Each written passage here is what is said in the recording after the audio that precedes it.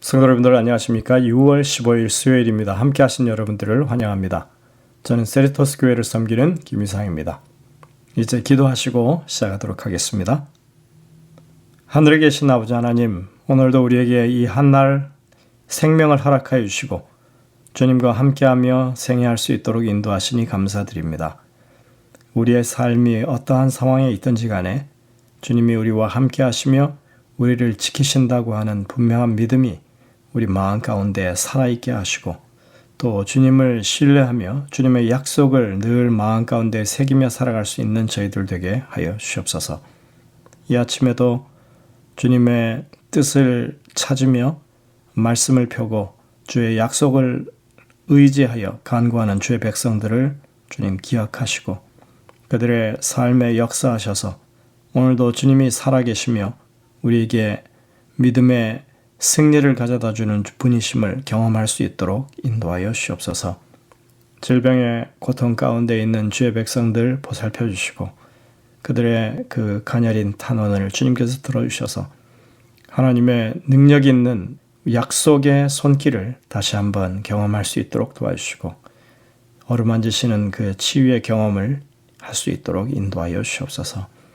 주님, 저희들이 이제 주의 성령을 간구하오니 우리와 함께 하시고 깨우침을 허락하여 주시고 분명하게 주님의 약속을 다시 한번 마음 가운데 깊이 새길 수 있는 이 시간이 될 수 있도록 인도하여 주옵기를 예수님의 이름으로 간절히 기도드립니다. 아멘. 네, 오늘은 수요일, 제목은 점치는 잔입니다. 창세기 44장을 읽어보시기 바랍니다. 어제 말미에 잠시 언급했던 것처럼 잔치가 끝나자 요셉은 그의 형제들 중에 막내 베냐민의 자루에만 그의 아끼는 잔을 넣어두도록 조치를 취합니다. 그의 가장 사랑하는 베냐민에게 말입니다. 도대체 요셉이 점치는 잔을 다른 형제들의 자루가 아닌 베냐민의 자루에 넣어두라 한 이유는 무엇일까요?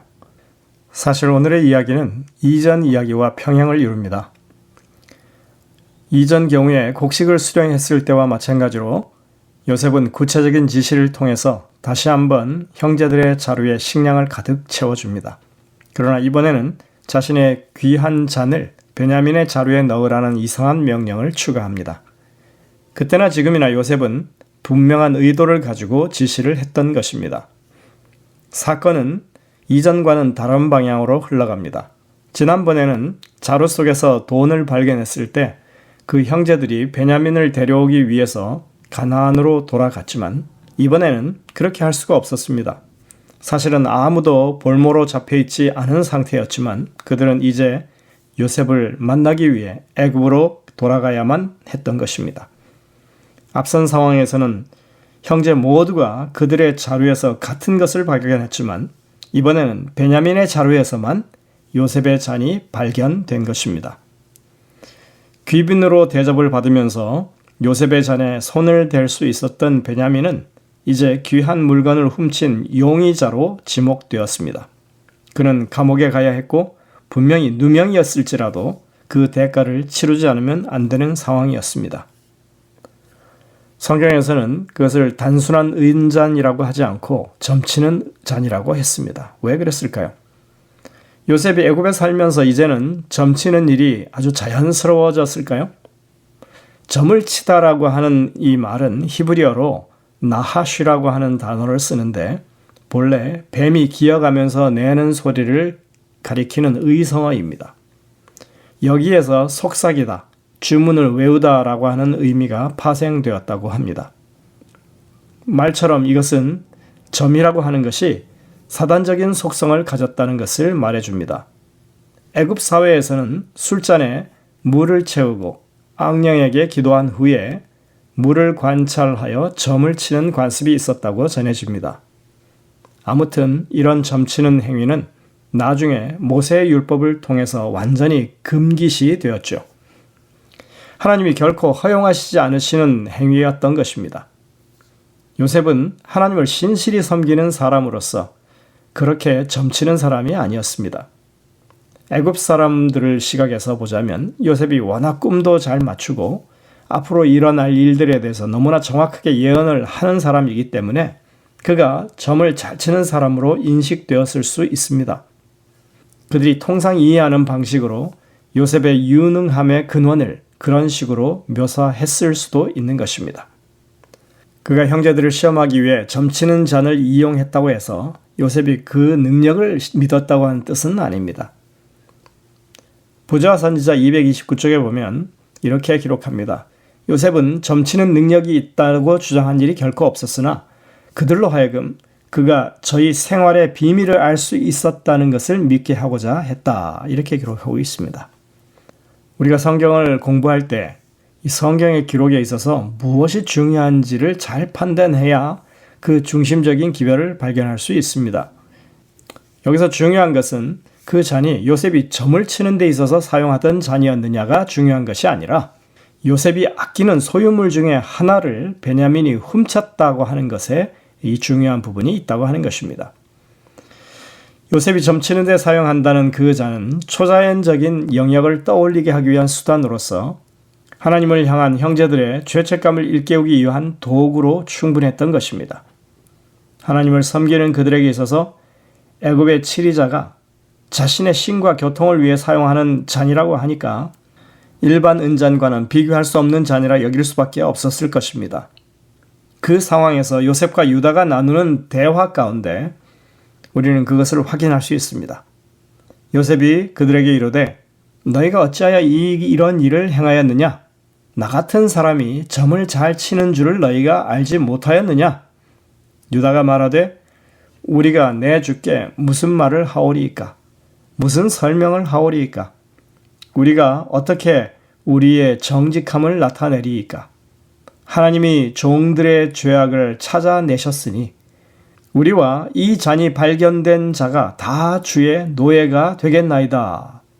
창세기 44장 15절 16절에 나와 있는 이 대화는 이미 베냐민의 자루에서 은잔이 발견된 이후에 나누는 대화입니다. 우리는 베냐민의 자루에서 은잔이 발견되고 그들이 다시 요셉의 집으로 향하면서 형제들 사이에 있었던 격렬한 감정과 행동을 주목할 만합니다. 그들이 옷을 찢었다라고 기록하고 있습니다. 그리고 각기 짐을 챙겨 애굽으로 돌아갔다라고 기록합니다.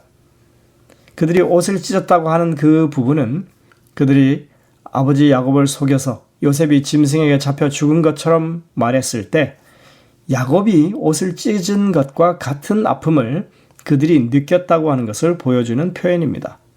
예전에는 르우벤만 옷을 찢었고 걱정을 했었는데 이제는 그들 모두가 베냐민이 요셉과 같이 이른바 되어서 아무 잘못 없이 애굽에서 노예가 될까 두려워하며 같은 아픔으로 서로 형제가 연합되어 있는 모습으로 보여지는 것입니다. 유다는 지금 그런 상황에서 하나님께서 그들에게서 지금 죄악을 발견했다고 언급하고 있는 것입니다. 분명히 이것은 요셉이 그의 신을 통해서 점친다고 하는 그 말에 상응해서 하는 말입니다. 당신이 섬기는 신이 그것을 알려주셨다면 우리가 섬기는 하나님께서 우리의 죄악을 찾아내신 것이라고 밖에 할 도리가 없지 않겠느냐 이런 말이죠. 그 형제들 모두가 자신들이 과거에 요셉에게 했던 크나큰 죄악을 다 떠올리고 있는 것입니다.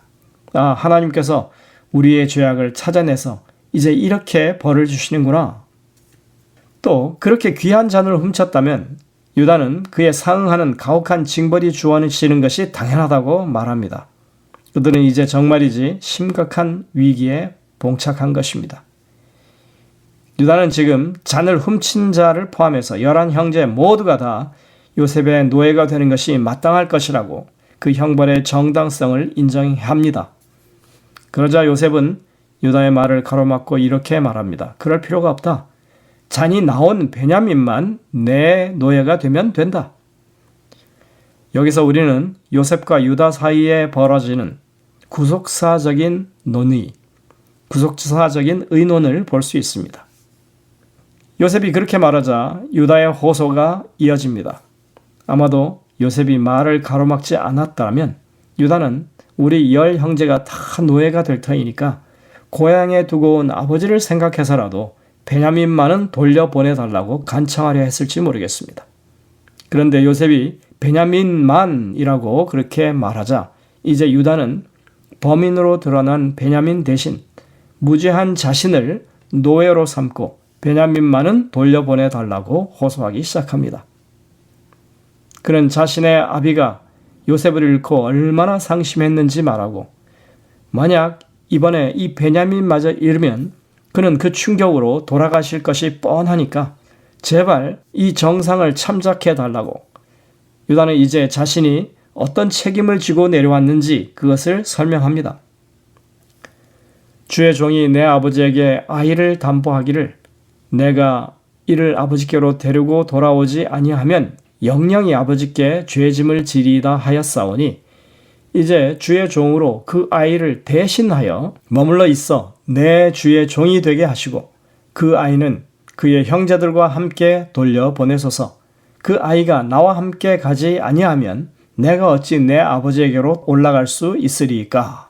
창세기 44장 32절부터 34절의 유다의 말인 것입니다. 여기 유다가 자신이 베냐민을 대신하여 남겠다고 한 그 말은 우리가 주목해야 합니다. 이 말은 아브라함이 이삭을 모리아 산에서 제물로 드리려 할 때 쓰였던 말입니다. 그때 하나님이 이삭을 대신하여 수양을 희생제물로 바치게 하셨던 그 말인 것입니다. 이제 유다가 베냐민을 대신하여 노예가 되기를 간청하고 있습니다. 유다는 아버지에게 미치게 될 그 엄청난 재앙을 해결하기 위해 자신을 희생제물, 곧 대속물로 스스로 바치려 했던 것입니다. 한 가정에서 일어나는 이 극적인 드라마 속에 우리는 온 인류를 위하여 대속제물이 되신 예수님의 모습이 그들의 인생의 역사 속에 보여지고 있는 것을 봅니다. 유다는 예수님의 조상으로 지금 자원에서 베냐민을 대신하는 속죄양이 되려 하고 있습니다. 과거에는 요셉을 이스마엘 사람들에게 팔아 넘기자고 제안했던 그 유다였습니다. 그러나 더 이상 과거의 유다가 아니었습니다. 이제 다시는 그런 가족의 비극을 되풀이하지 않기 위해서 그는 자신을 희생해서 애굽의 종이 될 처지에 놓여 있는 베냐민 대신에 자신이 노예로 팔릴 것을 결심한 것입니다. 얼마나 큰 변화입니까? 유다는 지금 진심으로 그렇게 되려 하는 것입니다. 그저 내가 이런 사람이라고 만용을 부리는 것이 아닙니다. 베냐민을 살리기 위해서 자신의 인생을 통째로 버리기로 결정한 것입니다. 우리는 이 이야기를 통해서 죄인인 유다가 그렇게 구속사의 주인공이 되는 모습을 보는 것입니다. 영감의 교훈에 보면 우리의 대속제물이신 예수님에 관해서 이야기하고 있습니다. 예수님께서는 우리의 대속제물이시다. 우리는 우리 자신을 위하여 대속할 수 없다. 그러나 우리는 믿음으로 이미 이루어진 대속을 받아들일 수는 있다. 그리스도께서도 한 번 죄를 위하여 죽으사 의인으로서 불의한 자를 대신하셨으니 이는 우리를 하나님 앞으로 인도하려 하심이라. 베드로전서 3장 18절. 구원이 우리 모든 인간에게 이르게 된 것은 우리 구세주께서 무한하신 희생을 치르시고 형언할 수 없는 고난을 당하신 때문이었다. 가래 뽑은 기별 1권 321쪽입니다. 야곱의 가정에서 요셉을 중심으로 일어난 이 치명적인 사건이 이렇게 해피엔딩으로 마무리되는 것을 우리가 봅니다. 오늘 우리는 유다가 그렇게 자신을 희생하여 베냐민을 살리려 하는 그 놀라운 변화된 이야기를 읽었습니다. 이것이 하나님께서 우리들 가운데 일어나기를 바라시는 구속의 이야기의 모습입니다. 오늘도 우리를 위하여 자신을 내어주신 주님의 은혜로 우리가 살고 있다고 하는 것을 기억하시고 주님께 감사와 찬송을 올리는 하루가 되시기를 간절히 바랍니다. 기도하시겠습니다. 하늘에 계신 아버지 하나님, 창세기 44장의 이야기 가운데 보여지는 주님의 대속적인 희생을 우리가 다시 한번 생각하게 됩니다. 비록 죄인인 유다의 모습을 통해서 보여지는 예수님의 그림자였지만 그러나 정말 하나님께서 우리에게 바라시는 변화된 모습이 그러한 것이라고 하는 것을 우리가 다시 한번 생각하게 됩니다. 우리가 오늘 이 하루의 삶을 통해서 주님의 대속적인 희생으로 우리가 어떠한 구원을 받았는지 깊이 생각하고 감사하며 주의 사랑을 모범하며 살아갈 수 있는 저희들이 되게 인도하여 주옵소서. 이 하루 동안 주님의 대속적인 그 사랑을 우리 마음 가운데 다시 한번 깊이 되새기도록 인도하여 주옵기를 예수님의 이름으로 간절히 기도드립니다. 아멘. 여러분들은 오늘도 이 주신 말씀들을 깊이 묵상하면서 주님의 음성을 듣게 되시길 바랍니다. 저희들은 내일 다시 뵙겠습니다.